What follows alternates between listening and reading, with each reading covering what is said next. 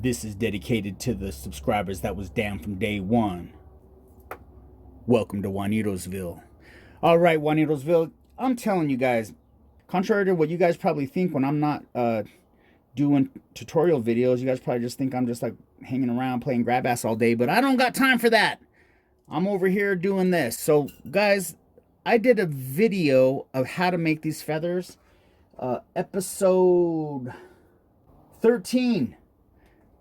I did a video, episode 13, friends, and it's how I made these feathers. These are two-sided feathers, guys.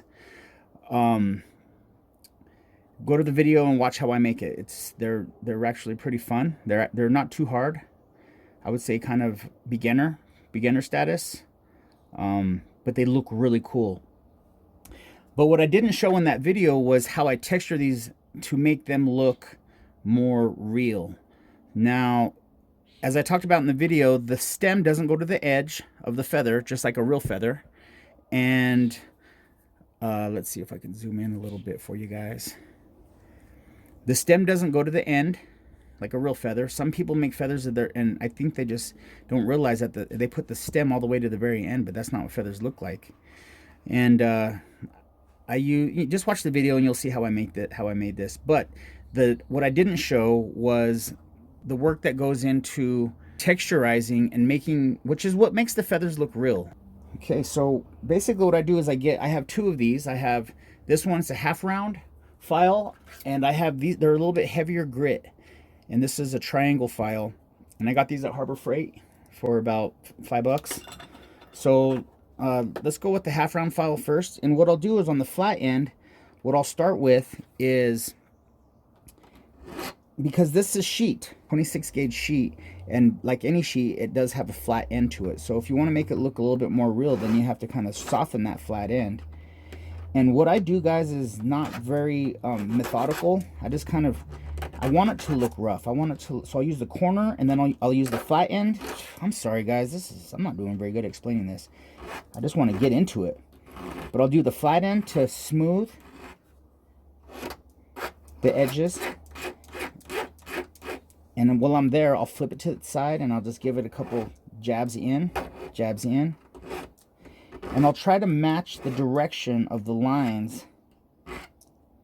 Bam. And if you look at that, you can already see how it's starting to look a little bit more real. So I'll put this on fast forward and I'll shut up, but you guys will see.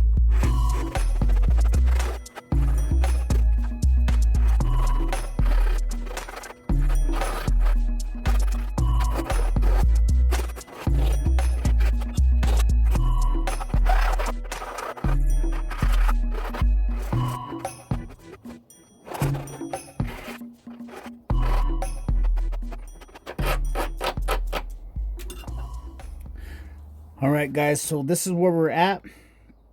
If you guys look at that really closely, you can see the texture on the edges of those, and it just looks pretty real.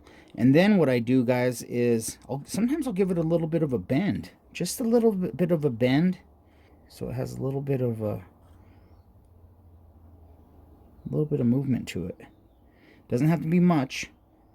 You can, as much as you want, guys, whatever your style is. You can give it a little bend and a twist. Look at that, bend and a twist. So now it's looking quite a bit more real. So episode 13, how to make these feathers. And hopefully this episode here helped you figure out how to look at that kind of bent right there. Can you see that? And that looks pretty cool too. So the little imperfections is what makes it look cool. And I like the feathers. I call these freedom feathers, and I like them tattered because it shows the resilience.